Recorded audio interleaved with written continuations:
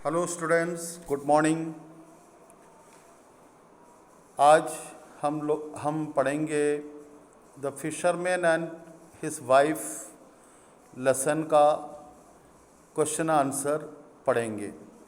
इस question answer को आप लोग अपनी फेयर कॉपी में नोट करेंगे, उसके बाद इसको याद करते रहेंगे और ये सारे क्वेश्चन आंसर आपको याद करना है। तो आज जो हम क्वेश्चन आंसर दे रहे हैं, जब तक आप याद नहीं करोगे तब तक हम आगे का लेसन नहीं पढ़ाएंगे आपको। और ये जो कल इससे पहले लेसन जब पढ़ाने के टाइम मैंने आप लोगों को बताया था कि आपको कुछ मीनिंग्स इसके नीचे दिए हुए हैं, उस मीनिंग्स को फेयर कॉपी में लिखना है, टेस्ट कॉपी में लिखना है और उसके बाद उसको भी याद करना था।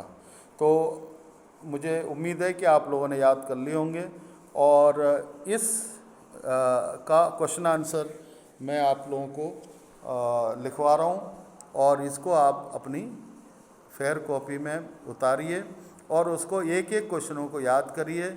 और ये सब आने वाले एग्ज़ाम में आपसे पूछा जाएगा इसमें, और टेस्ट हो चाहे एग्ज़ाम हो उसमें ये क्वेश्चन आंसर को पूछा जाएगा, तो इसलिए इसको याद करना बहुत ज़रूरी है।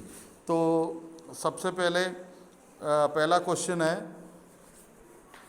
Answer the questions briefly.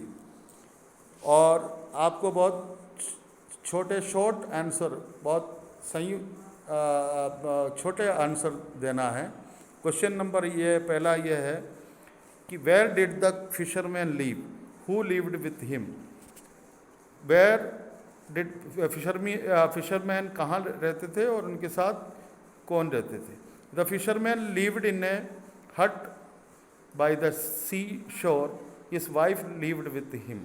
Fisherman एक समुद्र के किनारे रहते थे और उनकी वाइफ उनके साथ रहती थी। और सेकंड क्वेश्चन है, what did the fisherman do each day.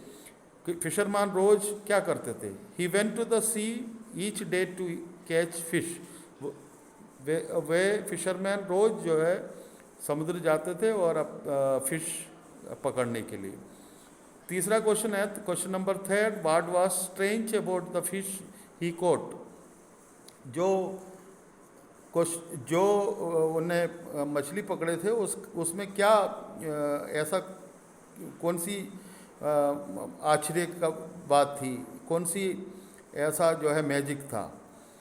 The fish could talk like a man, उसमें क्या विशेषता थी, और वो फिश जो है बात करते थे जैसे इंसान जैसे। फोर्थ क्वेश्चन है, what did the fisherman do with the fish.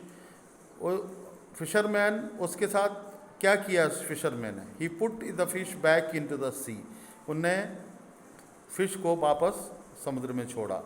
Y did the wife send the fisherman back to the fish. क्यों फिशरमैन के वाइफ ने क्यों उनको फिशरमैन को वापस फिश के पास भेजा। She wanted to him to ask for a reward from the fish, वो चाहती थी कि कुछ इनाम फिश उनको दे। Question number 6, why did the fish agree to the grant the wife's wishes. Fish क्यों एग्री हुआ करते थे वाइफ का हर इच्छाओं को पूरा करने के लिए, क्यों एग्री हुआ करते थे। Answer, it wanted to reward the fisherman for his kindness. वो फिशरमैन ने जो काइंडनेस दिखाए थे कि वो उसका रिवार्ड इनाम देना चाहते थे। Question number 7, what was it that made the fish angry. Fish क्यों नाराज हुए। The wife desires had no end, wife का जो है इच्छाएं ख़त्म नहीं हो रहे थे। Now she wanted something that was impossible, वो चाहती थी कि जो हो नहीं सकते थे, इम्पॉसिबल थे। That made the fish angry, इसी वजह से फिश एंग्री हो गए। What did the fish do when it was angry. Fish ने क्या किया जब वो गुस्से हुए। तो the fish took away everything that it had given to the fisherman's wife. Fish ने सारी चीज़ें जो उनने दिए थे सबको वापस ले लिया. What word is used to describe the fisherman wife? Fish ने क्या फिशरमैन्स वाइफ के लिए क्या वर्ड यूज़ किया था? ग्रीडी माने लालची. What do you think the moral of the story is? आप क्या इस स्टोरी से क्या आप माने आपको क्या माने मैसेज गया है? It is never good to be greedy. कभी हमें लालची होना अच्छी बात नहीं है. Happiness lies in containment. हमें अपने पास जो है उससे संतुष्ट रहना चाहिए. Okay students, thank you very much. आप लोग जो है ये याद करेंगे और क्वेश्चन आंसर को, और इसके बाद वाला जो एक्सरसाइज है हम अगले क्लास में आपको पढ़ाएंगे. Okay bye. God bless you.